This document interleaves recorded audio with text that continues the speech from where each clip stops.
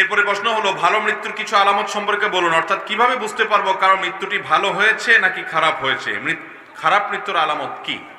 দেখুন, কার মৃত্যু ভালো হয়েছে কার মৃত্যু খারাপ হয়েছে এটা নির্ভর করে ওই ব্যক্তির আমলের উপরে এবং তাকদীরের উপরে। কোন ব্যক্তি ঈমান নিয়ে যদি দুনিয়া থেকে যেতে পারেন, তার গুনাহ এবং পাপগুলোকে যদি আল্লাহর কাছ থেকে মাফ করিয়ে যেতে পারেন, এমন অবস্থা দুনিয়া থেকে গেলেন যে অবস্থা তার আমলনামাতে তার প্রোফাইলে কোনো পাপ নাই, সবগুলো ক্লিন ডিলিট হয়ে গেছে, আল্লাহ তাআলা তার তওবা কবুল করে ফেলেছেন, এই ব্যক্তির ভালো মৃত্যু হলো।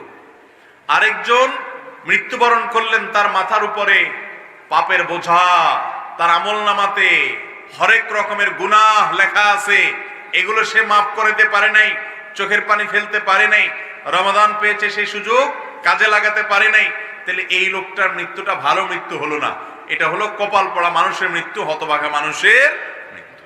এখন কোন মানুষ ঈমান নিয়ে যেতে পারলো, কোন মানুষ নেকামল করে যেতে পারলো, এটা হলফ করে নিশ্চিত করে চূড়ান্ত ভাবে কেউই দুনিয়াতে আমরা বলতে পারবো। তবে কিছু আলামত আছে, যে আলামত গুলো দেখে সুধারণা করা যায়, নিশ্চিত গ্যারান্টি না, শুধু ধারণা করা যায়, ভালো ধারণা। অতএব সেই ধারণাগুলোর কথা আমরা জানতে পারি। যেমন, যদি কারোর মৃত্যুর সময় তার মুখ থেকে কালিমাতুশ শাহাদা বের হয়ে যায়, কালিমা পাঠ করতে করতে দুনিয়া থেকে যায়, তাহলে এটা একটা ভালো আলামত যে লোকটার ঈমান নিয়ে যাওয়ার তৌফিক নসিব হলো, সে ব্যক্তি তওবা করে যেতে পারলো।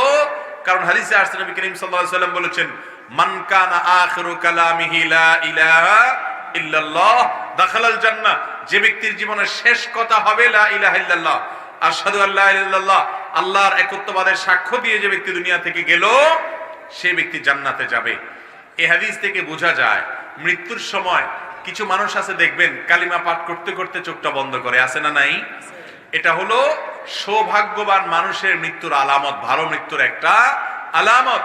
দুনিয়াতে যারা সব সময় আল্লাহকে স্মরণ রাখে, লা ইলাহা ইল্লাল্লাহ এটাকে অন্তরে জায়গা দিয়েছে, একত্ববাদের প্রতি ভালো করে বিশ্বাস করেছে, এই লোকগুলোর মৃত্যুর সময় সারা জীবন যা বলে মৃত্যুর সময় মুখ দিয়ে সেটা বের হয়। অতএব সারা জীবন শুধু পয়সা পয়সা যদি করেন, মৃত্যুর সময় হয়তো ওইটাই বের হবে, আল্লাহ মাফ করুক।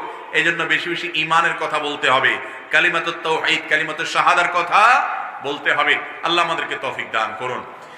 ঈমানী মৃত্যু এবং ভালো মৃত্যুর দ্বিতীয় আলামত হলো কপালে মৃত্যুর সময় ঘাম চলে আসা। এই সম্পর্কে হাদিসে আছে, নবী করিম সাল্লাল্লাহু আলাইহি ওয়াসাল্লাম বলেছেন যে ঈমানদারের কপালে মৃত্যুর সময় ঘাম বের হয়। যে ব্যক্তির মৃত্যুর সময় তার কপালে ঘর্মাক্ত হয়েছে, কপাল ঘাম বের হয়েছে, সুধারণা করতে পারেন যে লোকটার ভালো মৃত্যু হয়েছে, ঈমানের মৃত্যু হয়েছে। কিন্তু এগুলোর আলামত শুধুমাত্র, এগুলো দিয়ে কোনো নিশ্চয়তা আপনি শতভাগ নিশ্চিত হতে পারবেন না যে হ্যাঁ সেই লোকটা জান্নাতে প্রবেশ করে গেছে, এটা দেখে আপনি সার্টিফিকেট দিতে পারবেন না, শুধু সুধারণা করতে পারেন। 3 নম্বর, জুমার দিন যদি কারোর মৃত্যু হয়, বৃহস্পতিবার সূর্য ডুবার পর থেকে নিয়ে শুক্রবার সূর্য অস্ত যাওয়ার আগ পর্যন্ত এই 24 ঘন্টার ভিতরে যদি কারোর মৃত্যু হয়, অফাত হয়, এটা তার ভালো মৃত্যুর একটা আলামত। কারণ হাদিসে আসছে, শুক্রবারে যদি কারোর মৃত্যু হয়, ওই ব্যক্তির কবরের কোনো আযাব, কোনো প্রশ্ন উত্তরের মুখোমুখি তাকে করা হয় না। এটা একটা প্রাইমারি আলামত যে এই ব্যক্তির মৃত্যুটা, এটা কারোর হাতে না, এই মৃত্যুটা কারোর কি না, হাতে না, এটা আল্লাহ রাব্বুল আলামিন তাকে তার পক্ষ থেকে নিয়ামত হিসেবে দিয়েছেন। অতএব তিনি ভালো কাজ করলে হয়তো কোনো একটা ভালো কাজের কারণে আল্লাহ তাআলা তাকে এই নিয়ামত দিয়েছেন। এই জন্য জুমার দিনের মৃত্যুটা একটা ভালো মৃত্যুর আলামত। ভালো মৃত্যুর আরেকটা আলামত হলো ইবাদতরত অবস্থায় মৃত্যুবরণ করা। ইবাদতরত অবস্থা, কিছু মানুষ দেখবেন সেজদায় গেছে, দুনিয়া থেকে চলে গেছে, আছে না নাই? রুকুতে গেছে আর উঠে নাই, আল্লাহর রাস্তায় জিহাদ করছে, এই অবস্থা দুনিয়া থেকে চলে গেছেন, এটা হলো আলামত ভালো মৃত্যুর। 5 নম্বর হলো ভালো মৃত্যুর আলামত হলো কোন মহামারীতে আক্রান্ত হয়ে মৃত্যুবরণ করা। কারণ হাদিসে আসছে, যে ব্যক্তি মহামারীতে আক্রান্ত হয়ে মৃত্যুবরণ করবে, সে ব্যক্তিকে শাহাদাতের মর্যাদা দেওয়া হবে।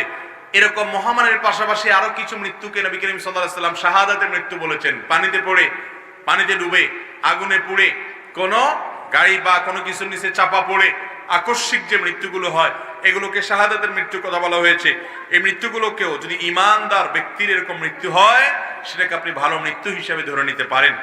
6 নম্বর, মেয়েদের জন্য সন্তান প্রসব করা অবস্থায় করার সময় যদি মৃত্যুবরণ করেন সেটাও ভালো মৃত্যুর আলামত। কারণ মায়েরা সন্তান প্রসব করতে গিয়ে যদি দুনিয়া থেকে মারা যান সেটাকে হাদিসের ভাষায় শাহাদাতের মৃত্যু বলা হয়েছে। তো এগুলো হলো মোটামুটি ভালো মৃত্যুর আলামত।